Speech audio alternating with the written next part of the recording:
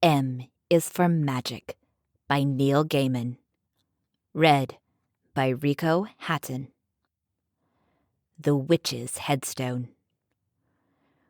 There was a witch buried at the edge of the graveyard. It was common knowledge. Bod had been told to keep away from that corner of the world by Mrs. Owens as far back as he could remember. "Why?" he asked.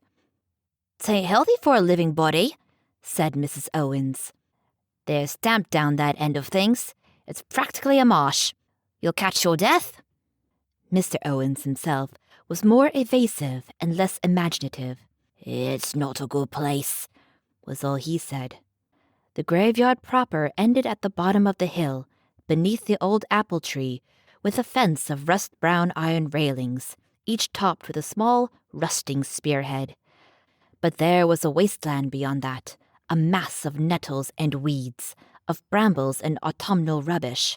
And Bod, who was a good boy, on the whole, and obedient, did not push between the railings. But he went down there and looked through. He knew he wasn't being told the whole story, and it irritated him. The Major Arcana. The Major Arcana represent the pivotal moments in our lives, where big changes manifest and major decisions are made. They represent the journeys we take to learn about ourselves on a deep, spiritual level. When these cards show up, pay attention. They signal people, situations, and opportunities that we want to take note of. As a numbered sequence, the cards in the Major Arcana represent stages in the spiritual development of humankind. This means that not only do they describe an individual's journey, they connect us with spirit, soul, and the very universe. Card 0. The Fool.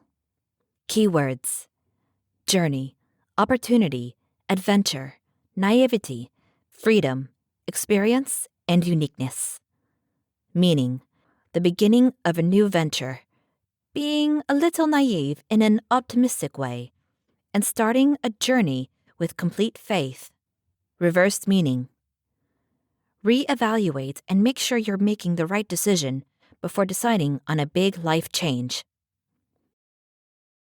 When we started for our drive, the sun was shining brightly on Munich, and the air was full of the joyousness of early summer.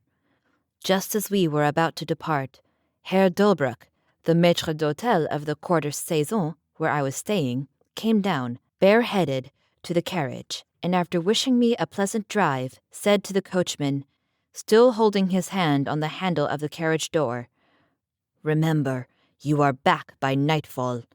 The sky looks bright, but there is a shiver in the north wind that says there may be a sudden storm.